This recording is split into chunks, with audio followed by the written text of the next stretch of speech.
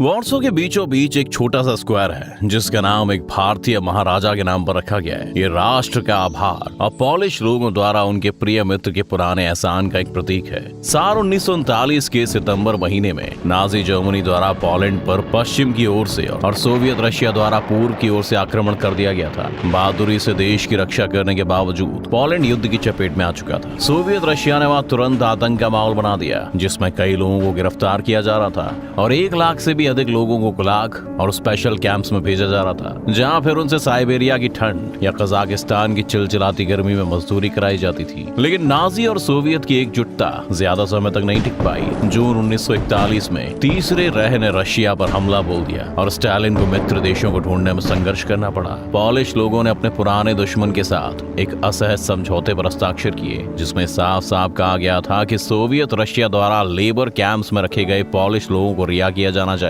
Polish लोगों को USSR की चपेट से बाहर निकालने के लिए एक बहुत ही बड़े और कठिन बचाव अभियान को अंजाम दिया गया था। पॉलिश लोगों के कई सारे बच्चे थे, ज्यादातर अनाथ। पॉलिश राजनयिक मिशनों और रेड क्रॉस की मदद से बच्चों को सुरक्षित रूप से निकालने के प्रयास किए गए। जिन अलग अलग जगहों पर बच्चों को रखा गया था उनमें से एक भारत था, जहाँ पॉलिश के लोगों को एक ऐसा सहयोगी और दोस्त मिला जिनकी उन्हें उम्मीद भी नहीं थी। महाराजा जाम साहब दिग्विजय सिंह ने न केवल मदद या आर्थिक सहायता की पेशकश की बल्कि उन्होंने पॉलिश के अनाथ बच्चों की मदद करने के लिए अपने देश के उच्च वर्ग को भी राजी किया। किस्मत से महाराजा स्विट्जरलैंड में रहते थे, जहां उनके पड़ोसी पॉलिश के विख्यात पियानो वादक और पूर्व प्रधानमंत्री इग्नेसी जान पाद्रेवस्की थे, जिन्होंने पॉलिश की स्थिति के बारे में भारतीयों को जानकारी दी थी। इसलिए महाराजा जहाँ रहते थे उसके आसपास बलाजडी में एक कैंप बनाया गया था जो कई सैकड़ों पॉलिश बच्चों का घर बन गया था। जाम साहिब व्यक्तिगत रूप से कैंप के संचालन में शामिल थे और उन्होंने कैंप के निवासियों के जीवन में सक्रिय रूप से भाग लिया, जिनकी उन्होंने दिल से देखभाल की। अपने आप को अनाथ मत समझो, मैं तुम सभी नवानगर के सभी निवासियों का पिता